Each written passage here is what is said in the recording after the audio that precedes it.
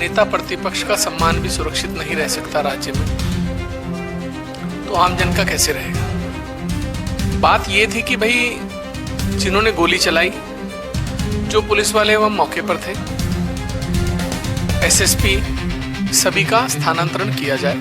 मेरा तो मानना है जो सैकड़ों करोड़ रुपए बर्बाद किए जाते हैं, इन पैसों को दूरस्थ क्षेत्र में, पहाड़ी क्षेत्र में, अन्य क्षेत्र में, उधम सिंह नगर, हरिद्वार क्षेत्र में, जहाँ जहाँ स्कूलों की आवश्यकता है, जहाँ जहाँ स्वास्थ्य सेवाओं की आवश्यकता है, वहाँ पर इनको वरीयता के हिसाब से, ज़रूरत के हिसाब से खर्च किया जाना चाहिए। देखिए क्या होता है ना, एक होता है जिसको लोक लिहाज होती है और एक होता है बेशर्म। लोक लिहाज वाला व्यक्ति जो है वो टेबल के नीचे से लेता है,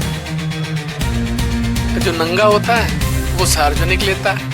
उसका कहना, वो कहता है मेरा क्या कहना है कि 30 करोड़ आए, 27 आए, आपने मान भी लिया आए, वो देने वाले कौन थे, वो क्या खन। मैं तो यही कहूंगा कि त्रिवेंद्र जी आप भी हमाम में नंगे थे, आप तो थे ही खैर, लेकिन आप ये जरूर बताइए कि जिनसे आपने 27 करोड़ लिए वो कौन लोग थे। उन्होंने आपको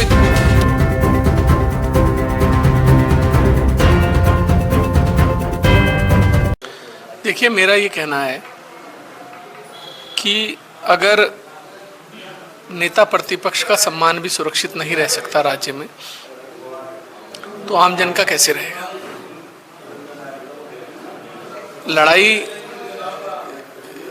विधायकों ने लड़ी, हमसे उन्होंने समर्थन मांगा, विपक्ष ने, कांग्रेस के लोगों ने, हमने उनको समर्थन दिया। बात ये थी कि भाई जिन्होंने गोली चलाई, जो पुलिस वाले वह मौके पर थे, एसएसपी, सभी का स्थानांतरण किया जाए। इतनी सी मांग थी और ये सरकार को मान लेनी चाहिए थी, लेकिन सरकार ने नहीं मानी। सरकार भी अड़ी रही, विपक्ष भी अड़ा रहा, तो जो है सदन नहीं चल पाया, इसका अफसोस है। और मुझे लगता है कि सदन गैरसैंण में होना जो है ना, वो बिल्कुल उसका कोई औचित्य नहीं है। आप सदन चलाना चाहते हैं, आप गैरसैंण में 10 दिन, 15 दिन का सदन रखिए,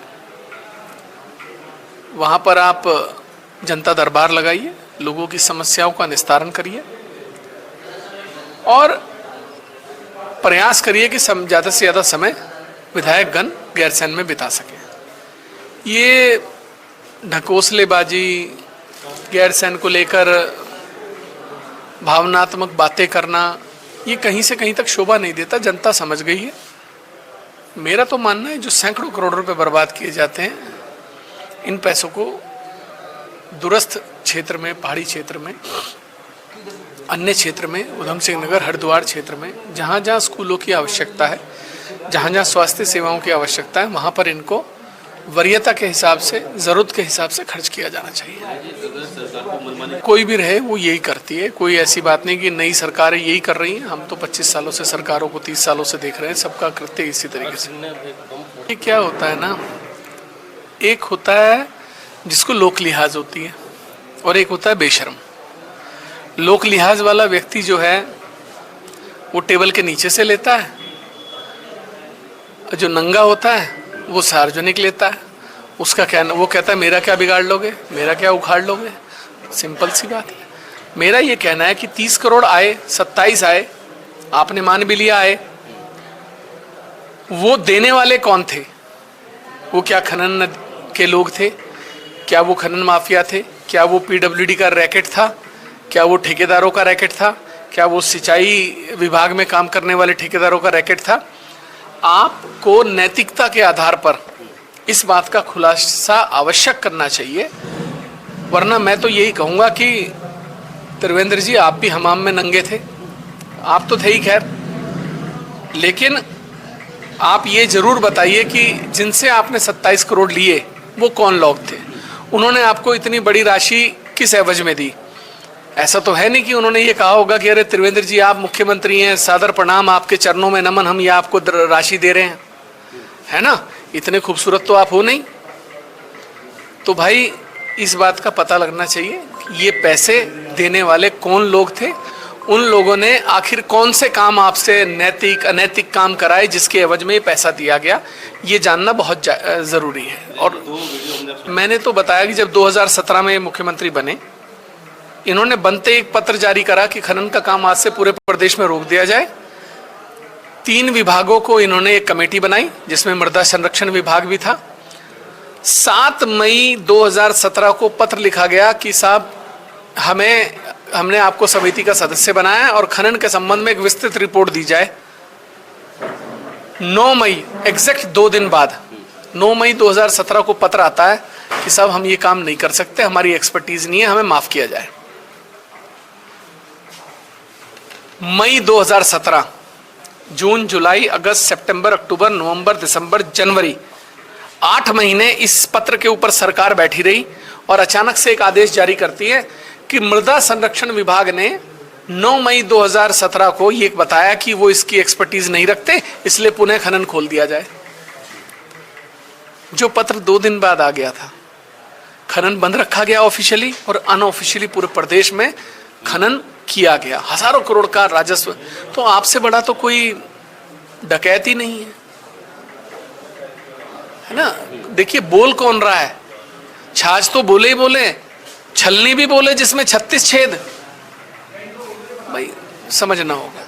निर्णय कोई नहीं हो पाया। रुड़की से कौन लड़ेगा, लक्सर से कौन लड़ेगा और किसी अन्य सीट से कौन लड़ेगा। जब ये निर्णय हो जाएगा तो सर्वप्रथम जो है आप वरिष्ठ पत्रकार महोदय को बताया जाएगा, आप लोगों को बताया जाएगा। उनके पास तो वाइट का जो है वो धन जो है उन्होंने उगाही जो करी थी वो है, हमारे पास मेहनत का है। दिक्कत क्या है, फर्क बस यही है। क्या बात है, महान लोग हैं भैया। सोचो इससे बड़ी नंगई उत्तराखंड जैसे राज्य में कोई क्या करेगा। वो सार्वजनिक रूप से ये कहता है एक सांसद कि जब मैं मुख्यमंत्री था तो मैं तो खातों में वाइट में लेता था। गजब है। तो आपको तो कहते हैं आप स्टिंगर हैं बड़े, वहां से भाई ऐसा है, उनसे ये पूछिए कि जिनके स्टिंग हुए वो ब्लैकमेल क्यों हुए, ऐसा कौन सा काम कर रहे थे। त्रिवेंद्र जी, आपने भी तो मुझ पे मुकदमा दर्ज कराया था सरकार गिराने का, भ्रष्टाचार का, मुझे जेल भी भेजा था। क्या उखाड़ लिया आपने, क्या कर लिया था मेरा। 19 दिन जेल में बंद नहीं कर पाए थे आप। एक राज्य का मुख्यमंत्री डूब मरे कहीं जाके, अगर वो 20 दिन भी किसी को जेल में नहीं रख सकता तो इससे शर्मनाक कुछ नहीं हो सकता। दूसरी बात, आपने मेरे ऊपर ब्लैकमेलिंग का मुकदमा दर्ज किया था, आपकी सरकार थी, आप पूरी ताकत में थे, क्यों नहीं लगा पाए मेरे खिलाफ ब्लैकमेलिंग की चार्जशीट। लगाते ना, क्यों नहीं लगाई। पहले अपने गिरबान में झांक के देख लीजिए, आप अपनी पूरी ताकत झोंक के मेरे खिलाफ सबूत नहीं लेके आए। इससे ज्यादा शर्मनाक आपके लिए क्या होगा। उनका कहावत तो सर देख सकते, ये राज्य की, अब राज्य की जनता तय करेगी, सब देख रही है खुले आंखों से, कौन नंगा नाच कर रहा था, कौन नहीं कर रहा, कौन भ्रष्टाचार में लिप्त था। और छोड़ो, अभी तो शाम को एक बड़ा खुलासा करूंगा, शायद आप लोगों को पता ही नहीं होगा।